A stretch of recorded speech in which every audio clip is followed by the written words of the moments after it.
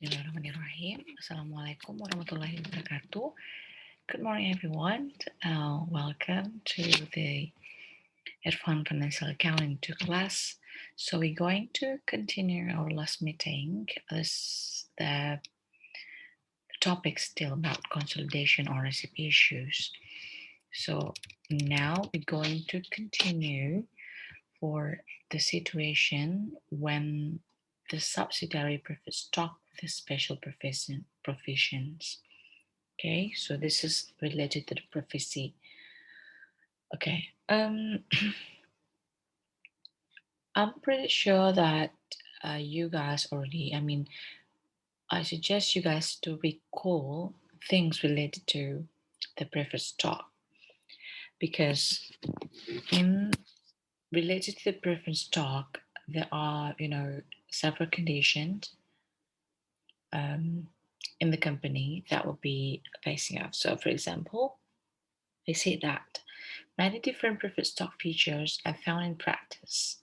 So, like most preferred stock are cumulative and with the few participating, and also callable at some price. Ya, jadi callable ini maksudnya apa?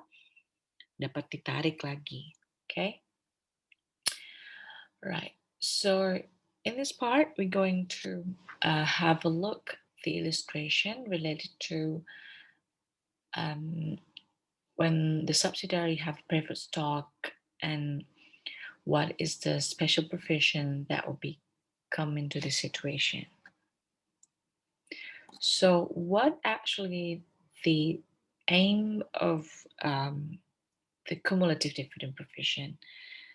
So actually it will be provide to give this some protection for the preferred shareholder, right? So this is requiring company to pay both current or omitted past dividends. Jadi maksudnya provisi dividen kumulatif ini dia memberikan tingkat perlindungan gitu untuk si pemegang sahamnya, pemegang saham preferen ya, dan itu dengan mengharuskan membayar dividen saham perusahaan preferen periode sekarang atau dividen periode sebelumnya yang belum dibayarkan oleh perusahaan sebelum dibagikan kepada si pemegang saham biasa, right? Nah, what if a subsidiary has a cumulative preferred stock outstanding? Jadi kalau misalnya si anak perusahaan ini dia punya saham preferen yang beredar nih, maka laba sejumlah dividen preferen yang di tahun itu, ya, nah itu akan harus dialokasikan kepada hak dari saham preferen konsolidasi, oke? Kalau misalnya tidak, when the dividends are, nih dia bilang di sini ya, when dividends are in the real or subsidiary cumulative profit stock, jadi kalau misalnya dividennya itu belum dibagikan atau saham preferen kumulatif perusahaannya, itu harus ada nanti ada apa? Recognition, oke? Recognition, jadi nanti itu harus ada pengakuan dalam konsolidasi atas klaim dari pemegang saham preferen. Nah, bagaimana caranya? Itu nanti kita akan mengalokasikan saldo laba ya atau return earning sejumlah dividen yang belum dibayarkan kepada hak preference tersebut. Oke? Nah, kita akan lihat nanti contohnya. Ya. What is actually the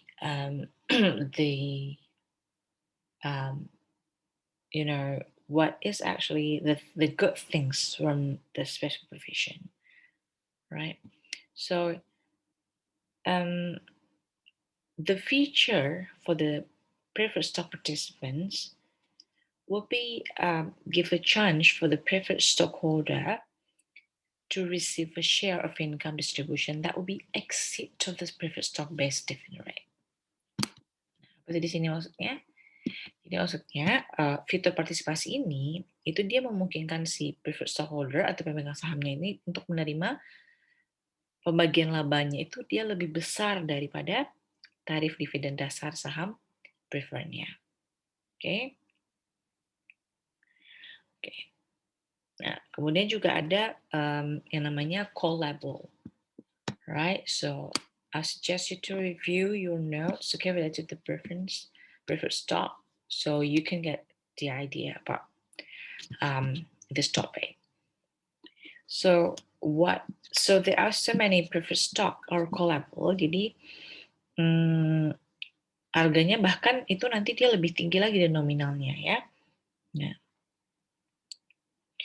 oke. Nah, nanti jumlah yang dibayarkan untuk bisa menarik saham preferred anak itu nanti dianggap sebagai klaim pemegang saham preferred atas apa? Atas aset bersih dari anak perusahaannya. Okay, so you can read in here. Now let's have a look at the illustration. Okay, so what is the treatment? Yeah, the treatment consolidation for the subsidiary preferred stock, right? With the most common special feature.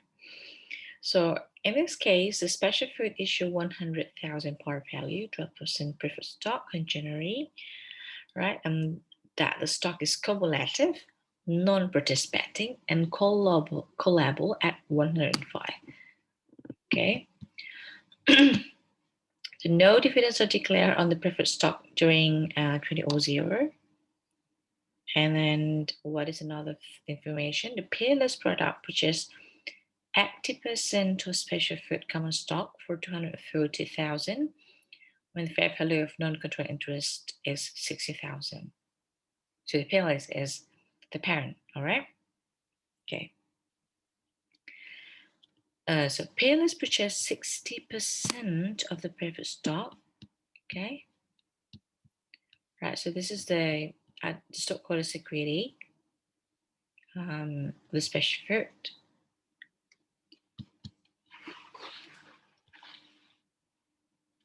All right. So what is the amount assigned to the preferred stock interest?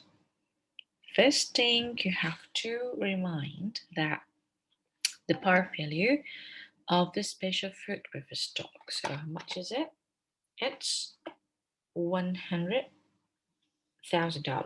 Okay, so $100,000. So that is an information before, right? Relates to the callable price.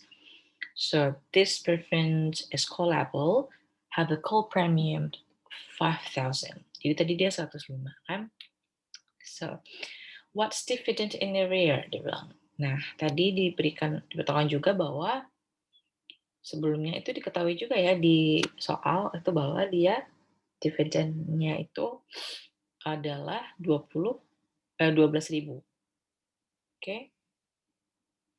So we got total preferred stock interest is 117,000. Okay. So this amount, okay, so the amount we have to allocate. Okay, jadi kita harus mengalokasikannya kan berdasarkan porsi kepemilikan dari PT Induk dan juga yang mana yang lebih sisanya itu akan menjadi non-controlling for the non-controlling shareholder, right? So it has been mentioned before that the peerless acquire 60% preferred stock, right, of the special fruit. So this amounts time with 60%, and the rest of it will be goes to non-controlling stockholders. Okay. Okay. So because the preferred stock interest exceed the bar value of the preferred stock by 17,000, yeah, they say that because you can see this amount, right? So before the special preferred stock only 100,000, and now it's become 117. So it means that there is the amount that exceeds the par value around $17,000. Okay, so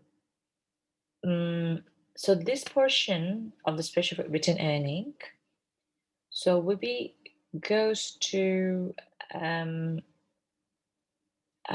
common shareholder. Jadi maksudnya gini, karena hak saham preferennya itu lebih besar dari nominalnya kan 17.000 tuh dolar ya. Nah, bagian dari saldo laba PT Anak itu yang menjadi hak memegang saham biasa itu dikurangi oleh jumlah ini. Oke, nanti kita jumlah seperti ini. Ya. Nah, jadi total klaim asetnya berapa nanti? Oke, total kepemilikan sahamnya. Berarti tadi kan diketahui juga di soalnya bahwa saham biasanya di awal itu diketahui bahwa nilainya itu $200.000. So, how about the return earning? Nah, di sini tadi yang dijelaskan bahwa 17.000 itu kita kurangi dari 100.000 menjadi 83. So, we got total common stock interest become 283,000. Okay. Nah, so the total common interest in special fruit should be allocated. Jadi nilainya ini juga nanti kita harus alokasikan kan? Nah, kalau dia common stock, si Peerless tadi dia meng-acquire 80% of the special fruit share. So that's why we goes to this amount, and the rest of it will be goes to non-controlling interest. Non-controlling shareholder, sorry. Okay.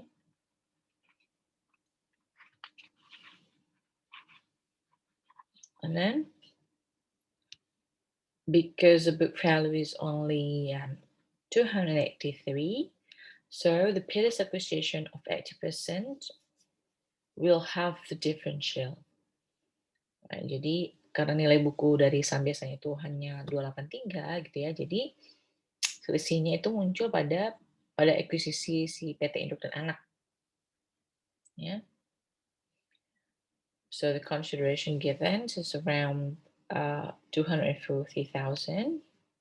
So the fair value of non-controlling is 60. Yeah, it's become 300, and kemudian dikurangi dengan book value, it's become 17,000 rupiah. Ya.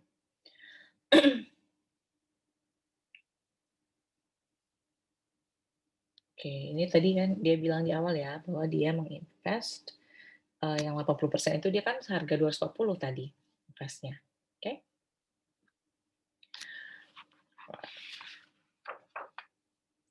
So now have a look at this one.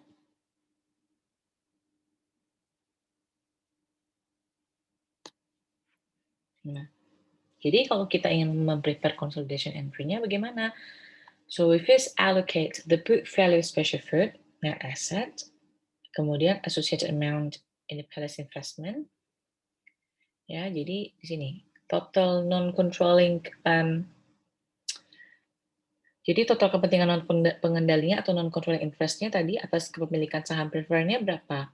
Atas saham preferen dan juga saham biasa. Ya, jadi tadi kan kita sudah kalkulasi nih di atas kan, I think mana tadi? 46 ya, 4600 kan. Kemudian yang itu adalah ini. Jadi yang ini nilainya dari 283 dikali dengan 20% ya di sini ya. So it become 60,000. Nah, ini seperti biasa ya, book value calculation. Like this. Ini alokasinya 80, 60, dan juga yang kemarin preferred kita udah bahas kan. 60 bersisa 40, 80 berarti sisanya 20. Nah, this amount will be half, we jump into the basic consolidation entry. Kan? Because I think you guys already know this amount come from, right? So this one, and this one is easy to allocate. So this is the entry for the differential. Okay. So the final consolidation entry will be eliminate the credit balance of 6,200. Ya, jadi selisih antara biaya perolehan investasi si Peerless ini dan juga saham prefernya si Anak, ya itu akan menjadi basic to calculate the loss of the sale preferred short to Peerless. Ya, jadi jadi klaimnya tadi kan 117 ke 60, kemudian proceed from sale to preferred stock of preferred stock to Peerless itu ada 61.000. So I think we have the amount in here before, right?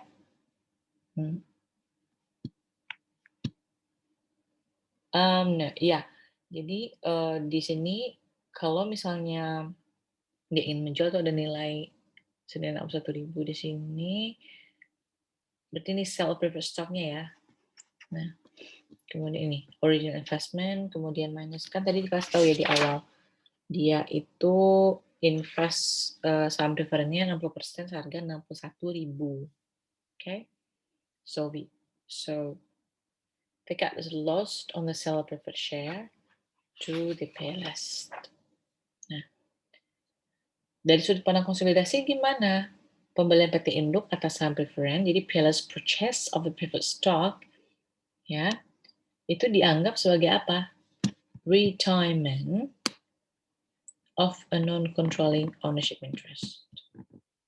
Maksudnya penghentian dari kepentingan non-pengendali oleh entitas konsolidasi. Nah, karena kalau adanya penghentian ini makanya terjadi pada harga lebih rendah dari nilai bukunya. Nah, serta si loss atau gain-nya itu tidak diakui atas transaksi. Oke. Nah, jadi nanti akan dianggap sebagai apa? Nih. Sebagai additional parent capital. Oke, jadi this amount because to investment in special equity debit dan additional parent capital dikredit 9.200. Oke. Nah, sekarang kita lanjut ya. Jadi lumayan nih meternya, kita harus bisa selesaikan semoga. Okay, now we move to the next one is about change in parent company ownership. Nah, okay. So the preceding chapter, the parent company subsidiary ownership interest as remaining constant over time. Ya, jadi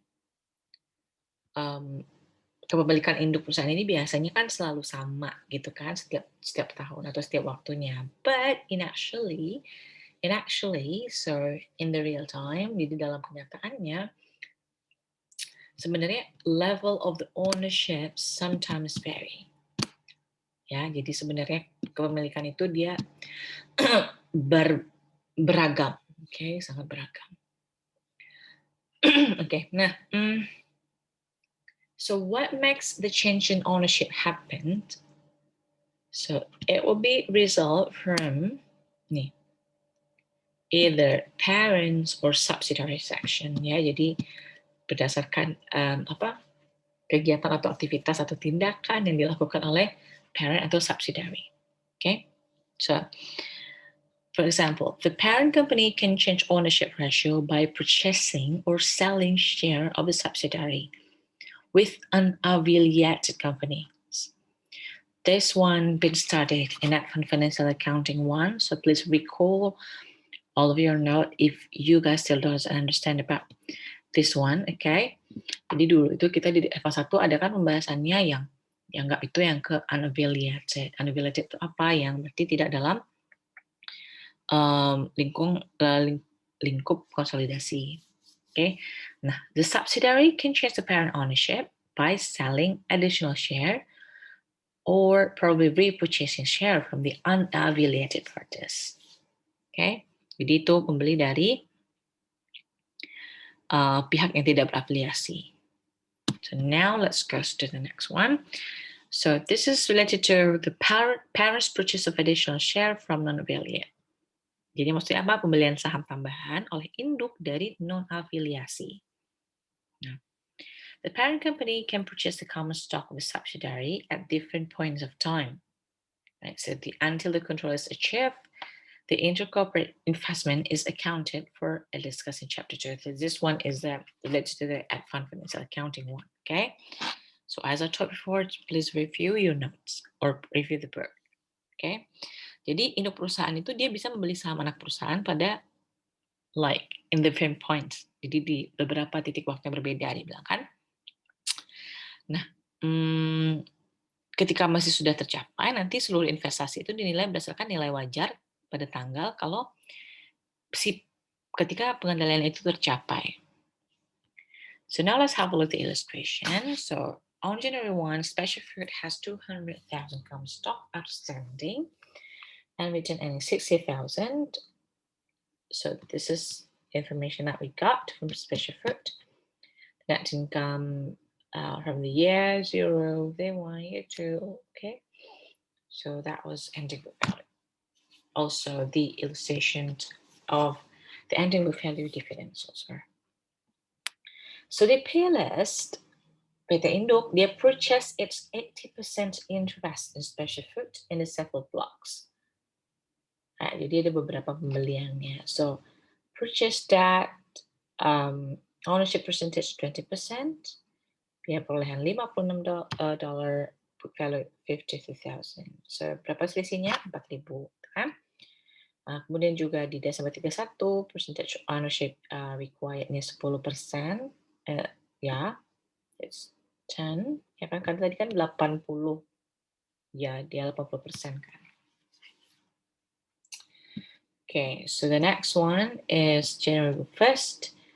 The percentage acquired 50%, so the cost is they got 185,000. The book value is 160. So differential in here it's around 25,000. Right. So the entire differential, okay, so that will be related to the land held by special fruit. Jadi semua selisih yang terkait dengan tanah yang dimiliki oleh PT Anak, ya. Okay. So what is the thing that you have to know? PRELES doesn't gain control on the special fruit until January 1st in the second year. Okay. So this is the information of the investment account. So for the first one, when there is acquiring of the share around 56,000, yeah, and then the 20% net income tadi berapa? 40.000 ya kan di sini. Okay, so this is 20% times 40,000. Kemudian apalagi ada lagi purchase 10% 35,000. Ya, jadi balance-nya is 99,000. So what's the next? The next one, the special fruit has income, net income around 50,000. So we got 50,000 times 30%, around 15,000, right? Okay. So the dividend, they have dividend received in here declare, okay? So dividend got 9,000. So the balance will be 150,000. So dividend declares it's 9,000 in here. Right. So when the PLS gains control of special fruit on January, assume that the fair value of the 30% equity interest already hold in special fruit around 111. Jadi ketika si induk ini dia memperoleh kendali atas PT anaknya, itu kita asumsikan bahwa nilai wajar dari kepemilikan saham yang 30%, ya, yang 30% yang telah dimiliki oleh PT anak itu adalah 111.000. Oke, itu nilai wajar kepentingan non penggalinya, jadi tersisa berapa? 20%. Ya, 20%. Kan 20% tadi sisanya kan? Nah, okay. So the book value of the special fruit as a whole on the debt is around 320,000 rupiah. Now, this is based on ASC 805. So, in our record is on PSAK nomor 22. Jadi nanti teman-teman review nanti ya PSAK nomor 22. Itu ada differential combination debt. Berdasarkan PSAK kita harus menghitung differential dari kombinasi bisnis itu. Ya, jadi ini teman-teman bisa lihat di sini. Oke, so tadi kan udah kalkulasinya ada di atas ya, the book value di sini 320 diketahui sehingga differentialnya 50.000. Oke. Nah, Ada lagi note di sini, because the entire differential related to the land, it's not amortized or written off either on Peele's book. Jadi dikarenakan seluruh selisihnya yang terkait dengan tanah ini, maka dia tidak diamortisasi atau dihapuskan pada pembukuan PT Induk nantinya. Nah, kemudian menurut PSAK 22 juga, ini kan adopted ya dari AIC 825, PT Induk itu harus menghitung ulang kepemilikan saham yang telah ada di si anak ini gitu. Oke, jadi ini kita lihat di sini, jadi fair value dari equity interest already held nih 111.000 ya, kemudian di carrying amount of investment 105.000 sehingga ada gain atau keuntungan atas kenaikan dari nilai investasinya. Itu senilai 6.000. Jadi si induk ini dia mengakui keuntungan 6.000 ya di laba dan menaikkan saldo investasi di pembukuannya. So this one increase the value investment 6.000 kan. Kemudian cost of January nih fair value consolidation itu ada 115 sehingga dapatlah total jumlah investasi si Peerless yang tercatat itu adalah 296.000.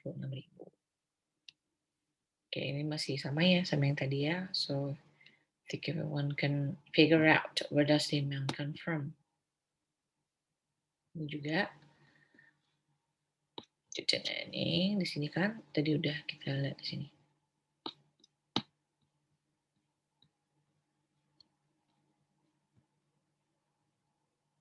Okay. So the next one, we're going to focus and discuss about parent sale of subsidiary share to non-affiliate. Ya. Nah, jadi penjualan saham anak perusahaan oleh induk ke non-afiliasi. Nah, kalau misalnya ada penjualan kepada non-afiliasi, maka itu biasanya ada keuntungan atau kerugian kan. Nanti itu akan dicatat dalam sebagai part of investment. Oke. Nah, sekarang yang menjadi problem adalah ketika bagaimana mengakui keuntungan atau kerugian pada laporan laba rugi itu atas penjualan saham, sementara mereka masih melanjutkan mengkonsolidasikan anak perusahaannya, begitu kan? Ya nggak? Nah, jadi dari sudut pandang konsolidasi, sebenarnya saham anak perusahaan itu menjadi bagian dari non-controlling interest. Ya, pada titik waktu ketika saham itu dijual ke non-afiliasi. Dekat sini ya, ini dibilangkan under assigned to non-controlling interest, this one here.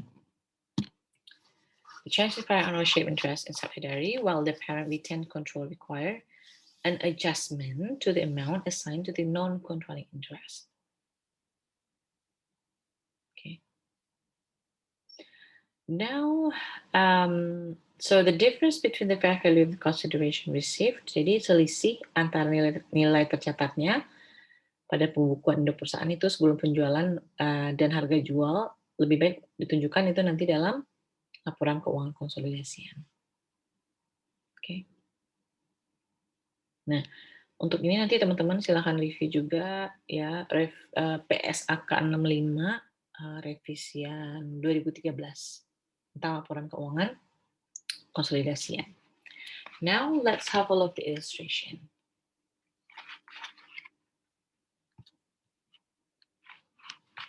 Okay. The sale. Okay. So okay. Special Fruit. So December 31, Special Fruit has 20,000 common share outstanding, with the total par value 200,000, written ending 100. On the debt, Peerless acquired an 80% interest in Special Fruit by purchasing 60,000 share of the $10 per common stock at the book value. The non-controlling interest has a fair value. Special Fruit report net income best dividend. So if you guys find the question like this, try to, figure out, one by one, make a point. So you can get the idea what it's about. Because actually they just share about the information of net income, right? So whether the company pay the dividends or not. So on January 1, the PLS sells 1,000 share of its special for common stock to non-affiliate for 90,000. Okay.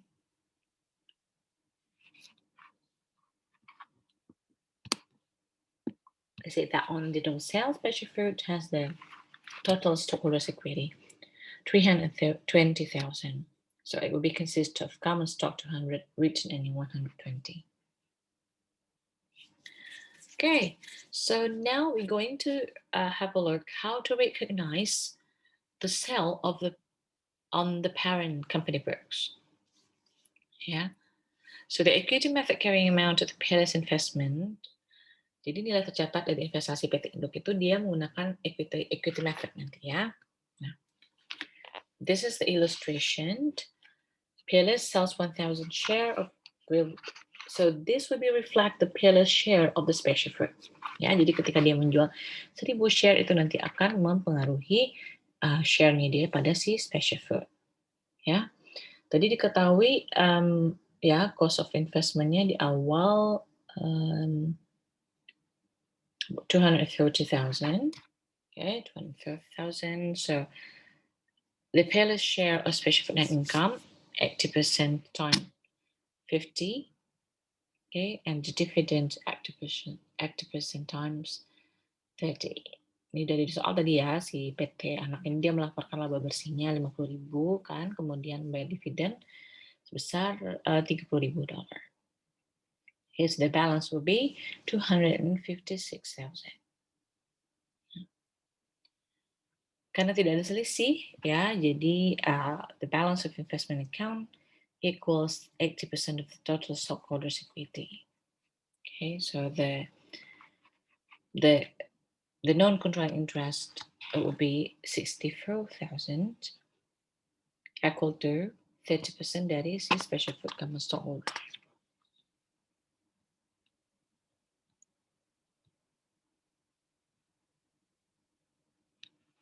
Nah. Okay, so I think the rest of it will be just, quite the same karena ini ya yang tadi kita buat additional parent capital. So kita lihat di sini, I see there's a gain or loss on the sales share to the group. So PLS realized again 3,000 on the sale for the difference between 60,000 carrying amount the share and the selling price. It's 19,000 rupiah. Yeah, jadi the gain cannot be reported on the consolidated financial statement, so the PLS will be recognized the increase in additional parent capital. Jadi nanti dia akan mencatat sebagai ya di agio saham biasa ya atau additional parent capital. Nah, so now let's move to the next one. I'm just gonna review. Okay. No, this one. So from the consolidation perspective, ya jadi jika misalnya pengakuan keuntungan penjualan saham itu dianggap sesuai untuk dimasukkan ke dalam laporan konsolidasi ini, maka tadi tidak diperlukan adanya penyesuaian. Nah, namun di sisi lain gitu tidak memasukkan keuntungan ke dalam laporan laba rugi itu lebih konsisten dengan pandangan ekuitas business combination atau ekonomi tunggal gitu kan. Nah makanya tadi ada record untuk mengeliminasi keuntungannya itu di debit keuntungan penjualan investasi. Ya, jadi kan di sini nggak dicatatkan. Kemudian additional parent capital in credit 3,000.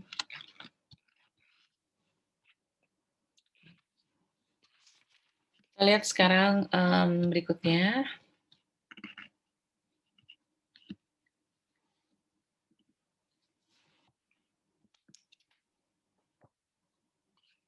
Jadi consolidation maksudnya.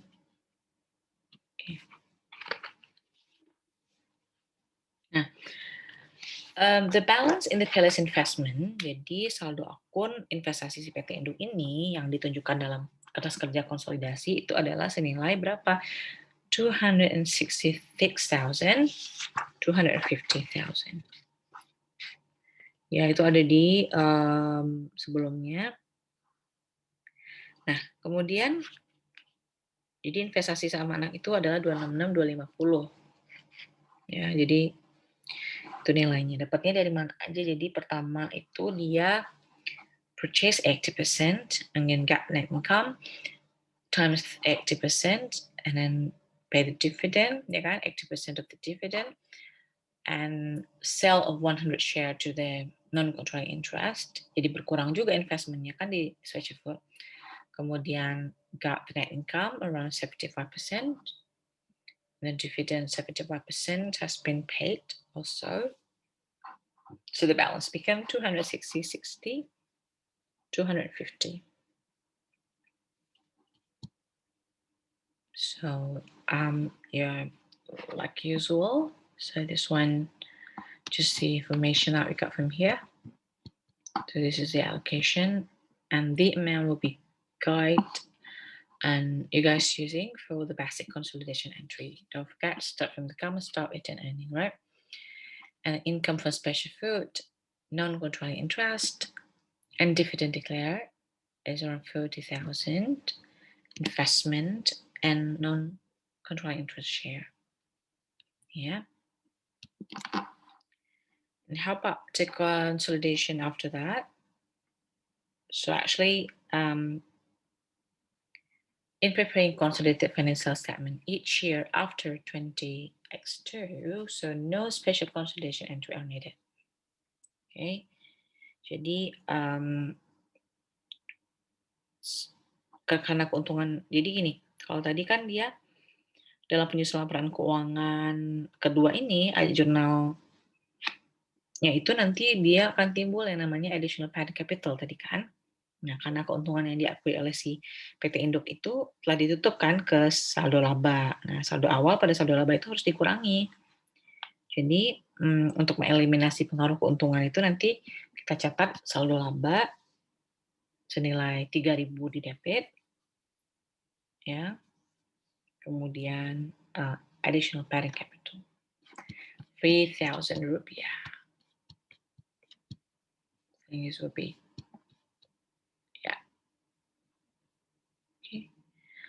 investment ya, kayak ini tadi saya bilang. Nih. Okay, so I think the next one I'm just gonna continue to the next video. Okay, thank you.